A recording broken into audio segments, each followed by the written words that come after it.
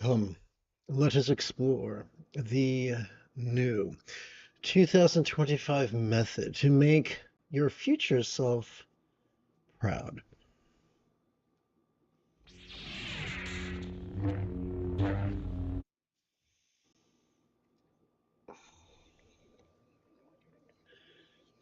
A good-hearted person on Reddit had a question. This individual was making himself, by his own admission, anxious and beside himself and uptight, worrying that he was going to fail to lead the life that would make his future self proud. And that's understandable. There's so many things that are out of control, out of our control. Getting the right job, getting a job that fulfills us, getting the paycheck that supports us, finding the person we're compatible with, thriving with that person. There's so many variables out of our control.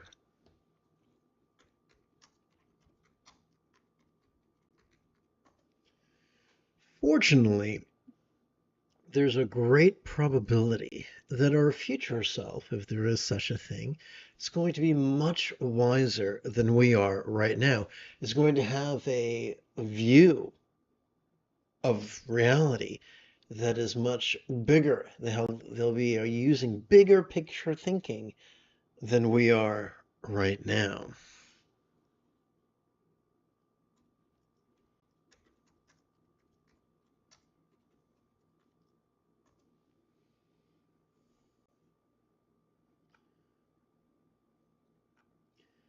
So, if we were to ask Lao Tzu, the author of the Tao Te Ching, his advice would be simple.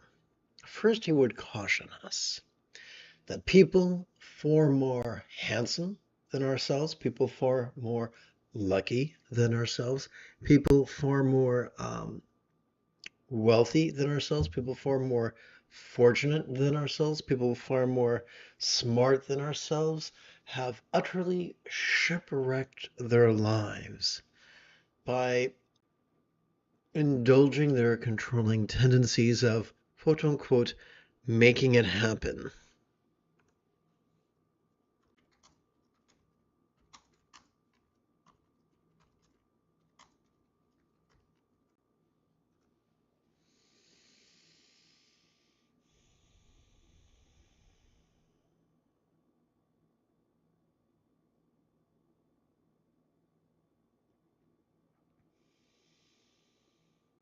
And in numerous places in the 81 chapters of the Tao Te Ching, the author alludes to the folly of having the most lofty goals to somehow justify being rigid, fearful, superstitious, controlling, elitist, cryptic, competitive, and cruel.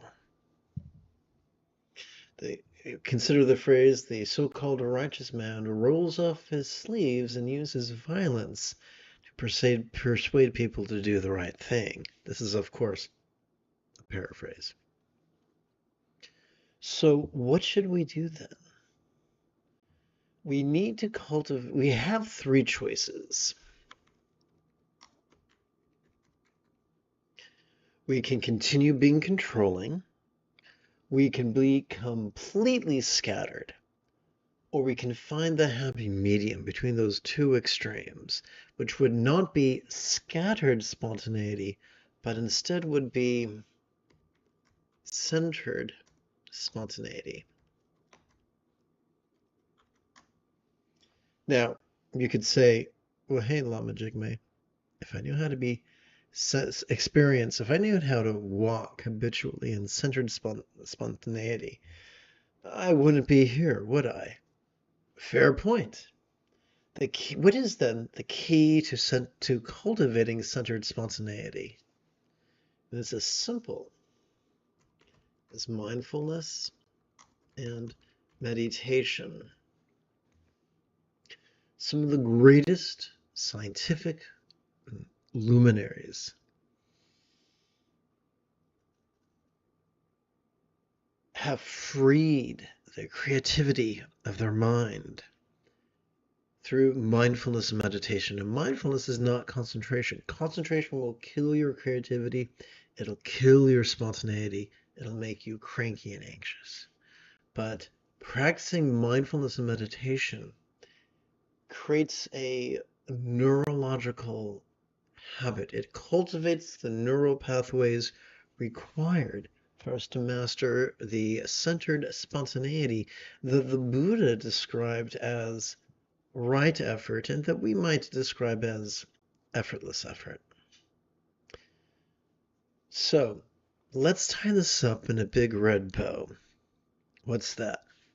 You say you want your future self to be delighted with your life and the choices you've made. Then spend a handful of minutes every 12 hours or so cultivating the centered spontaneity, which will make your life a piece of art.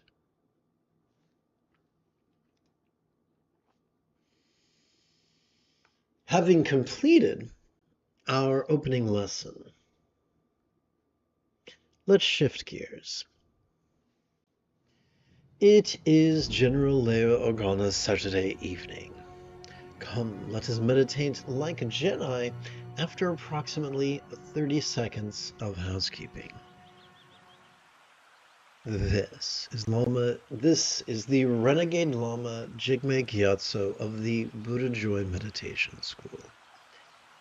For more than 30 years, I have harnessed my autistic special interests as well as my ADHD hyperfocus to spend about 8 hours a day, almost every day, studying, practicing, mastering, and reverse engineering the teachings and techniques of each school of meditation so that I can become your nerdy, neurodivergent guide to nirvana.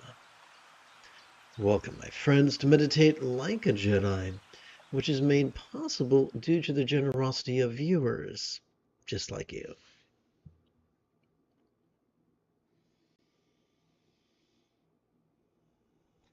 I think it could be great fun if together as a team we chanted the latest iteration of Heart of Wisdom Sutra, translated by a fellow known as Red Pine, adapted and amplified by yours truly.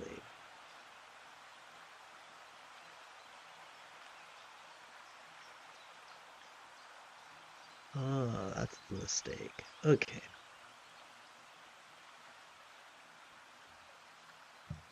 Together, let us chant. The Numalavono Kedishwara Bodhisattva. While relaxing into exhalations, deep practice of Prajnaparamita's perfection of the wisdom of letting go. The 5 skandhas or aggregates she noticed during our previous inhalation felt as if they were as non-graspable as a vast empty void, like the illusion of the infinite azure sky on a bright and beautiful cloudless morn, which, although tantalizing to the eye, is non-graspable to the hand. And said here Shariputra, form is emptiness, emptiness is form. Emptiness is not separate from form, form is not separate from emptiness. Whatever is form is emptiness, whatever is emptiness is form. Oops, wrong button. Sorry about that, kids. The same holds for free feeling, appraisal, impulse, and awareness. So, quick explanation. Form would be our body, feeling would be our experience of pleasure or pain or neither. Appraisal would be our experience of the intensity or the volume of that pleasure or pain. Impulse would be our survival response to pleasure or pain.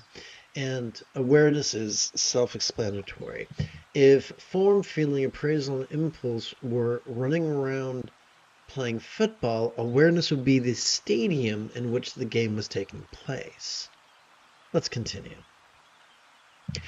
Here Shariputra, all phenomena or dharmas are refined by emptiness, not by birth or destruction, purity or defilement, completeness or deficiency.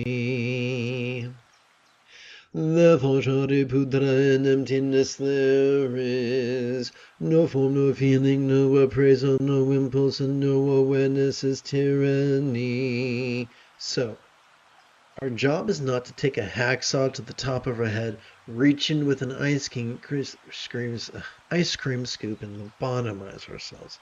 Our job is not to stop feeling human experience. Our job is to not be controlled by them like a marionette on a string. And so the liberation the Buddha offers us is not liberation from the presence of the five aggregates, but liberation from their tyranny, so that our choices and utterances and deeds are less controlled by our primal amygdala and more controlled by the neurological structures that govern awareness, release, and empathy. Let's continue. No eye, no ear, no nose, no tongue, no body, and no mind's tyranny. No shape, no sound, no smell, no taste, no feeling, and no thought's tyranny. As we relax into our exhalation, whatever feeling we noticed during our previous inhalation could feel as non-graspable as a vast empty void. Could feel as non-graspable as the illusion of the infinite azure sky on a bright and beautiful cloudless morn. Let's continue. No element of perception's tyranny from my to conceptual consciousness. No causal links tyranny from ignorance to old age and death. No end of causal links tyranny from ignorance to old age and death. The consensus among leading neuroscientists and physicists is that there is no free will. There's always going to be something that affects something else. Circumstances affect bodies. Bodies affect our experience of the interpersonal. Our experience of the interpersonal affects mind. So we can notice these connections and let go. We can notice the absence of connections and let go. Let's continue. No stress, no source, no relief, no past tyranny. No knowledge, no attainment, and no non-attainment's tyranny. Therefore, Shariputra, without attainment, bodhisattvas take refuge in Prajnaparamita's perfection of the wisdom of letting go, and live free from the tyranny of barriers of the mind. Without the tyranny of barriers of the mind, and thus without the tyranny of fears, we see through delusion and attain nirvana.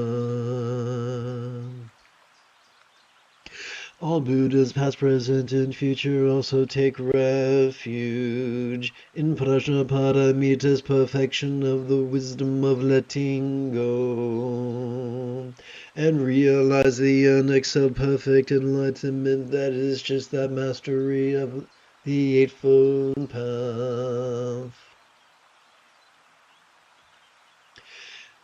You should therefore know the great figurative mantra of mind protection, of Prajnaparamita's perfection of the wisdom of letting go. So this is important.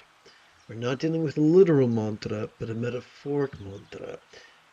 The literal protection we seek from the tyranny of the world around us and our perceptions, memories, and fantasies of it comes not from a literal mantra, from mindfulness meditation, which is even more effective than the most magical mantra of lore. Let's continue. The great knowledge mantra, the unexcelled mantra, the mantra equal to the unequaled,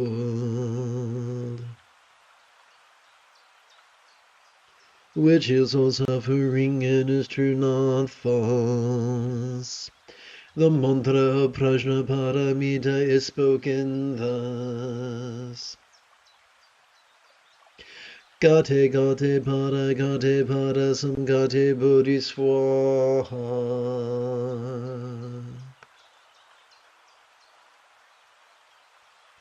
Now there are many ways of translating it. I'm going to show you a literal translation and a figurative translation in just a moment.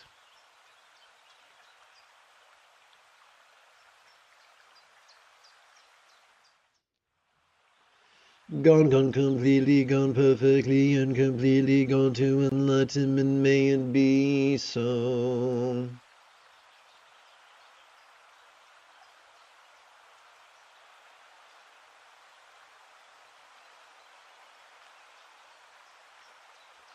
May all beings master letting go, letting go, letting go of all that arises, completely letting go of all that arises. And how do we do that? We'll explore that momentarily. We'll answer that momentarily.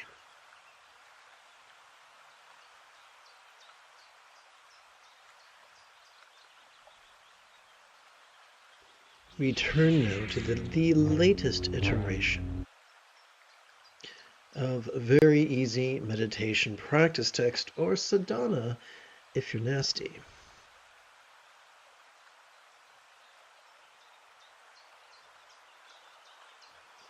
Please relaxingly recite with me. Whatever comes, may all beings notice, relax, and flow. Whatever stays, may all beings notice, relax, and flow. Whatever goes, may all beings notice, relax, and flow. Welcome to the first quarter of this evening's practice. Let us begin with guiding our subtle energies by playing with our hands. Upon the tip of our left index finger, we could rest the great knuckle at the base of our right index finger, palms up in our lap. Doing so could gently invite our real or imagined subtle energies to automatically coalesce at the crown region of our head. What is the key to mindfulness? Every time we inhale, whether we know it or not, we are wired to access the sympathetic nervous system ensconced within the middle third of our spinal cord. The sympathetic nervous system has evolved to help us to notice in a very special way, to help us to notice vulnerably, passively, viscerally, randomly, and fleetingly. What then shall we do with all that we notice? Why, meditate, of course. For every time we exhale, whether we know it or not, we are wired to access the parasympathetic nervous system, divided between the lower third as well as the upper third of our spinal cord. This parasympathetic nervous system is wired to support both physical relaxation as well as mental release. So, how then do we cooperate with these neurological structures? Simple. We silently and mentally recite the demonstrative pronoun this and the one-syllable verb ease in harmony with their respective inhalations and exhalations. Together, let us practice this right now.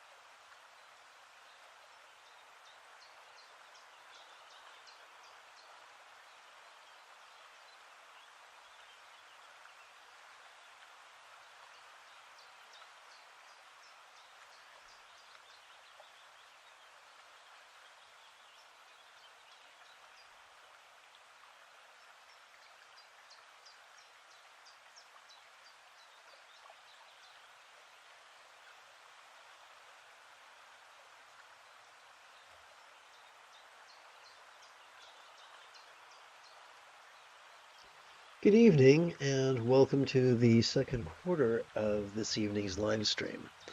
I must adjust myself here. Oh, goodness.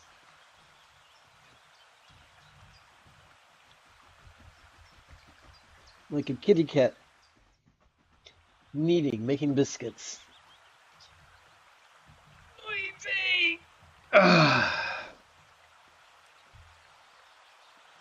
Who moved the floor so far away? Upon the tip of our left little finger, we could rest the great knuckle at the base of our right little finger, palms up in our lap. Doing so could gently invite our real or imagined subtle energies to automatically coalesce in the bladder region of our lower abdomen. Excuse me. So let us review mindfulness. Every time we inhale, thanks to our sympathetic nervous system, we are wired to vulnerably, passively, viscerally, randomly, and fleetingly notice mind's antics, such as perception, sights, sounds, sensations, flavors, scents, and the like, including emotions, intentions, cognitions, recollections, and imaginings. What are we to do with all that we noticed during our previous inhalation?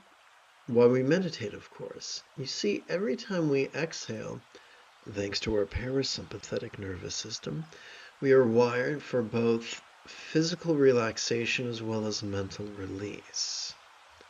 So, how are we to fully cooperate with these neurological structures? Simple.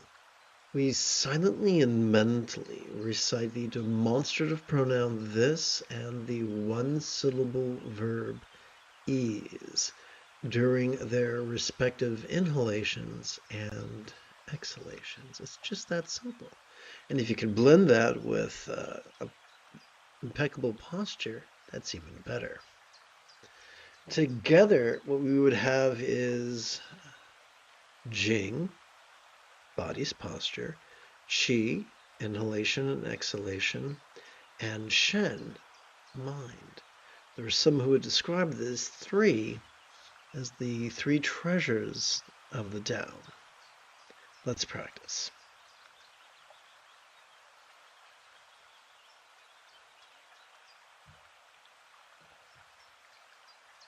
Now you could say, I don't know if I trust this mind business. Sometimes I have scary thoughts or angry thoughts or hornalicious thoughts. What do I do with those? Simple. You notice them as you breathe in and you relax as you breathe out. Noticing and relaxing in harmony with our inhalation and exhalation puts a leash on our thoughts. They'll still do what will still be rambunctious, but they will have less and less control over our choices and our utterances and our deeds. What will control our choices, utterances, and deeds? Our empathy and our wisdom, which is much better. Let's practice.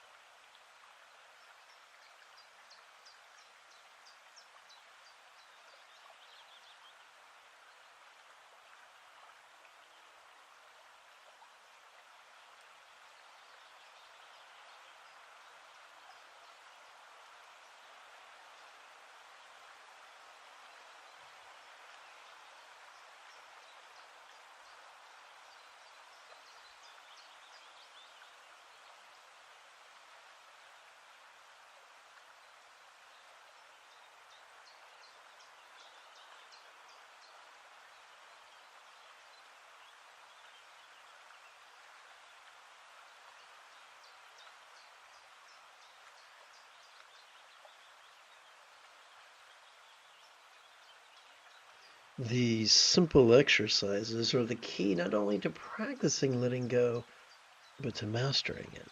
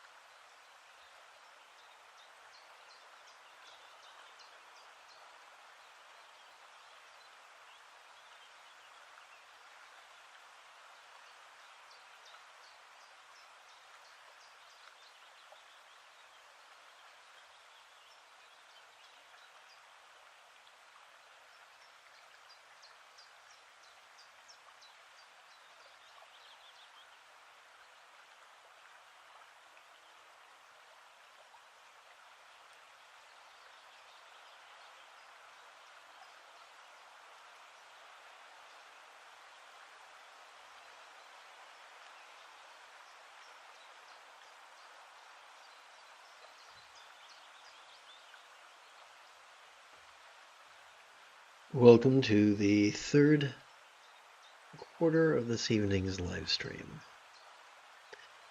Upon the tip of our left middle finger, we could rest the great knuckle at the base of our right middle finger, palms up in our lap. Doing so could gently invite our real or imagined subtle energies to automatically coalesce at the heart region of our chest.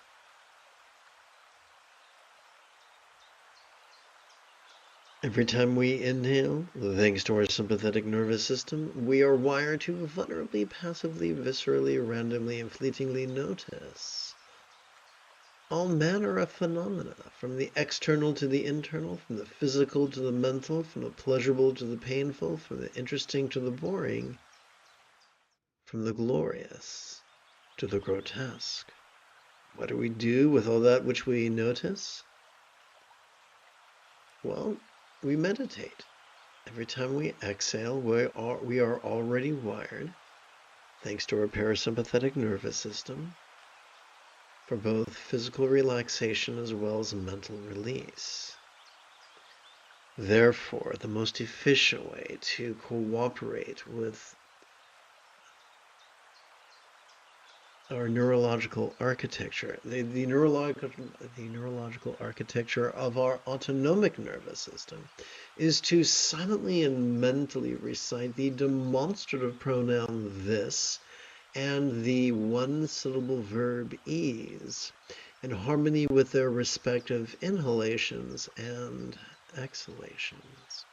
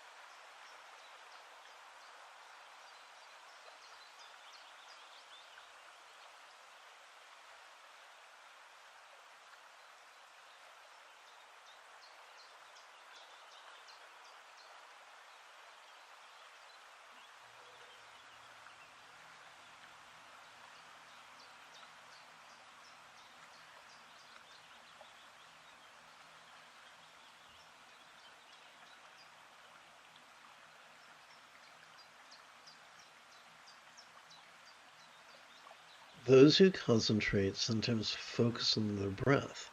Those who practice mindfulness use breath as a carrier wave with which to notice vulnerably, passively, viscerally, randomly, and fleetingly.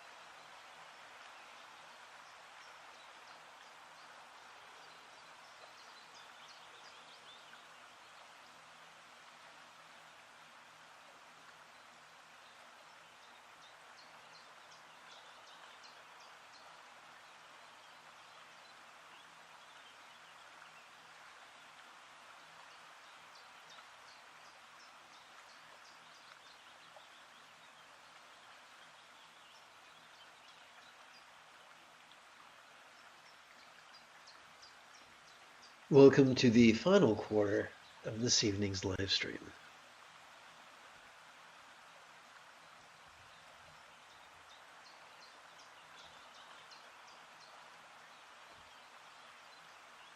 Upon the tip of our left ring finger, we could rest the great knuckle at the base of our right ring finger, palms up in our lap.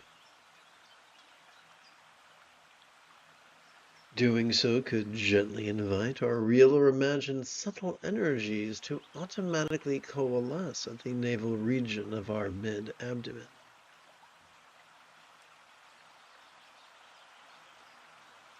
As we inhale, thanks to our sympathetic nervous system, We could vulnerably, passively, viscerally, randomly, and fleetingly notice dualities, such as lack and boon, pain and bliss, scorn and praise, shame and fame. What are we to do with that which we notice? Meditate. For every time we exhale, thanks to our parasympathetic nervous system, we are wired for both physical relaxation as well as mental ease. How can we cooperate with this process? By silently and mentally reciting the demonstrative pronoun this during our inhalation, and by silently and mentally reciting the one-syllable verb ease during our exhalation. Let's play with this right now. Now remember, the moment you have a specific question about Buddhist philosophy, Buddhist chanting, or Buddhist meditation, do not hesitate to type your question in great detail in the chat window.